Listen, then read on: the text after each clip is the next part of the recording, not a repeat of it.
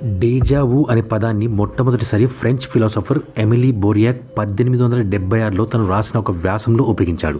దీనికి already scene అని అర్థం వస్తుంది. అంటే అంతకుముందే చూసినది అని అర్థం. ఈ ఫినామినాలో ఒక వ్యక్తి తాను ఉన్న ఆ సిచ్యువేషన్ లేదా ఆ ప్రదేశాన్ని ఇంతకుముందే ఎక్స్పీరియన్స్ అయినట్టు అనిపిస్తుంది. వాస్తవానికి దానికి లాజికల్గా రియల్గా ఎక్స్ప్లెనేషన్ ఇవ్వడం చాలా కష్టం.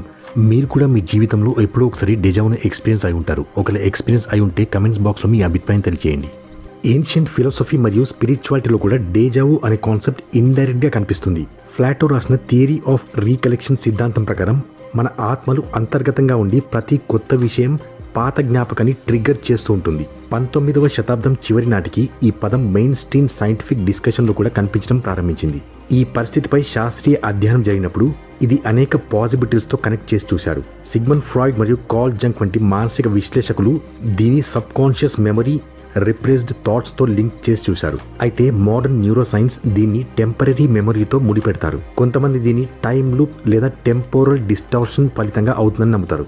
వారి నమ్మకం ప్రకారం టైం ఒక స్ట్రెయిట్ లైన్ లా కాకుండా లూప్ లా ఉంటుందని నమ్ముతారు. మనం డేజావును అనుభూతి చెందినప్పుడు అది మనం ఒక స్పెసిఫిక్ మూమెంట్ ని మళ్ళీ ఎక్స్పీరియన్స్ అవుతున్నట్టు సూచిస్తుంది. ఇది కాల నిర్మాణంలో ఒక లోపాన్ని సూచిస్తుంది. ఇది ఫ్యూచర్ మరియు ప్రెజెంట్ ని ఓవర్లాప్ చేస్తుంది.